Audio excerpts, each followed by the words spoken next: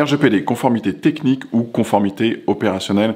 C'est une question qui est assez intéressante. En fait, on a une discussion sur LinkedIn à propos du bandeau cookies. Et donc, c'est toujours la question, est-ce que ça sert vraiment à quelque chose ou alors est-ce que ça sert à rien?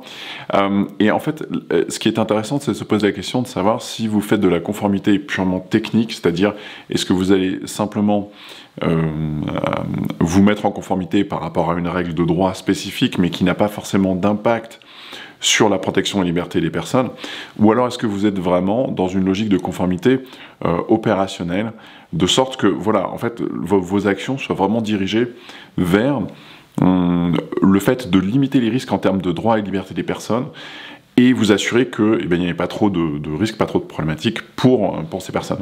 Donc c'est toujours un petit peu la question qu'il faut se poser quand on a des problématiques en termes de RGPD, quand on aborde en fait la conformité RGPD, c'est de se poser la question, en fait, à quoi ça sert? Quel est l'objectif de mon action et à quoi ça va servir vraiment en pratique?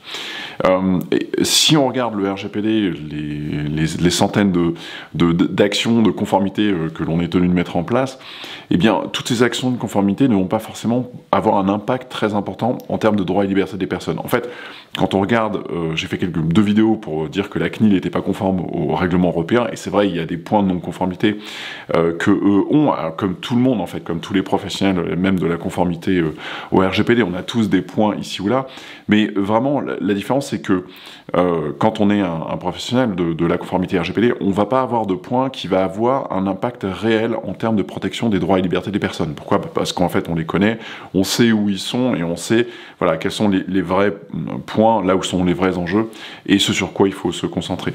Et ça, c'est vraiment ce qui fait la différence très importante en termes de sanctions déjà et en termes de risque de sanctions et en termes de problèmes que vous pouvez avoir que ce soit l'action de la CNIL, enfin l'éventualité d'un contrôle de la CNIL ou que ce soit un problème contentieux X ou Y.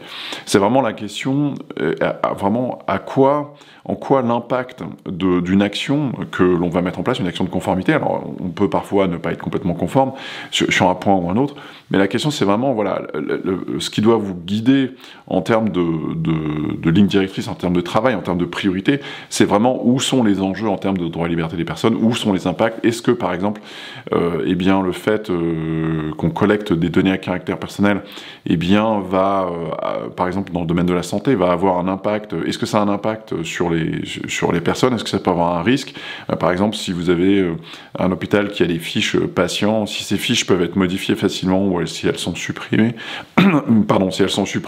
le cas échéant, eh bien ça peut engendrer un risque très important pour les droits et libertés de la personne, puisque ça peut engendrer un risque sur sa vie, ça peut engendrer un risque X ou Y. Et donc c'est vraiment cette ligne directrice qui doit vous guider dans vos actions, et en fait quand on regarde le bandeau cookie, souvent la question c'est est-ce qu'il y a un impact sur les droits et libertés des personnes. On rigolait avec une personne qui était expert en matière de protection des données à caractère personnel. On disait que la plupart des bandeaux cookies qui sont mis en place à l'heure actuelle sont même pas du tout conformes au RGPD, mettent pas en place les vrais, voilà, ne bloquent pas en fait en réalité vraiment la mise en place de cookies. Quand c'est mis en œuvre, c'est mal mis en œuvre, ça sert souvent à rien. Et souvent en réalité même il n'y a pas vraiment d'enjeu du tout parce que ça peut être un cookie simplement un cookie de session ou voilà des choses qui ont vraiment aucun enjeu en termes d'impact sur les droits et libertés des personnes. Alors que à contrario, là où il y aurait vraiment des enjeux en termes de droits et libertés des personnes, eh bien les entreprises qui mettent parfois des bandeaux cookies en premier, eh bien n'ont pas du tout perçu ces enjeux-là. Donc voilà. Donc c'est vraiment entre guillemets cette discussion sur le bandeau cookie, c'est vraiment pratiquement le dernier truc à mettre en place. Alors sauf si vous faites du tracking publicitaire où là c'est différent, là, si vous êtes une régie publicitaire, là c'est une logique complètement différente, puisque là il peut y avoir du tracking en masse de personnes. Mais voilà, donc de rester concentré sur voilà, où sont les enjeux réels en termes de droits et libertés des personnes, comment est-ce que vous pouvez contribuer et créer de la confiance par rapport à ça, dans l'organisation, et voilà, ça doit vraiment être vraiment les lignes directrices qui doit vous aider à avancer dans la conformité. Donc si vous avez besoin d'outillage, jetez un petit œil sur Legiscope, c'est un outil logiciel qui vous permet de vous guider justement dans tous les process de conformité. Donc il y a vraiment des process étape par étape Comme ça, vous n'avez pas à vous poser de questions. Vous cliquez sur voilà, étape, tâche numéro 1, voilà la tâche qu'on doit faire, tâche numéro 2, etc. Ça vous permet d'avancer concrètement et de manière pratique. Et si tout ça c'est pas clair pour vous, eh bien jetez un petit œil aux formations que j'organise. Je vous mets le lien ci-dessous sur la vidéo. J'organise régulièrement des formations de 2 jours à Paris sur la conformité RGPD. Alors des formations pour devenir DPO ou pour pouvoir mettre simplement une conformité, une organisation en conformité par rapport au règlement.